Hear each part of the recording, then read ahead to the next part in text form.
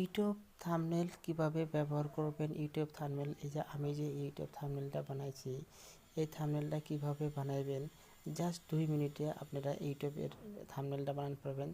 দেখেন আমি কি সুন্দর করে একটা থাম্বনেল বানাইছি, এখানে দেখা পাচ্ছেন যে কি সুন্দর করে একটা থাম্বনেল বানাইছি। হ্যাঁ, তো এই থাম্বনেলটা আপনি বানাতে পারবেন।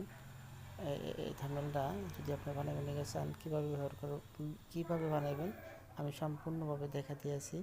এই থাম্বনেলের জন্য কি কি ব্যবহার করা লাগবে, জাস্ট একটা লাগবে কি পিক্সেল, একটা লাগবে কি পিক্সেল অ্যাপ, আমি দেখা দিয়ে দিছি।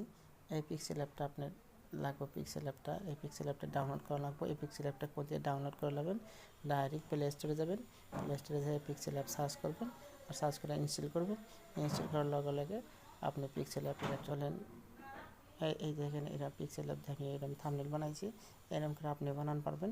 যদি আপনি চান যে পিক্সেল অ্যাপের থাম্বনেল মানে কীভাবে কীরকম করে বানানো যায়, তো আমি এইরকম করে কীরকম করে বানাইছি, এরকম করে থাম্বনেল আমি আপনাকে বানা দেবো। কীভাবে করে বানাবেন, কীভাবে করে সেভ করবেন, আমি সম্পূর্ণ বানিয়ে দেবো। যদি চান তাহলে আমি কমেন্ট বক্সে দেন, আমি বানিয়ে দেবো। পিক্সেল অ্যাপের জন্য খালি অন লিখে একটা কী করবেন যে পিক্সেল অ্যাপটা ডাউনলোড করে নেবেন।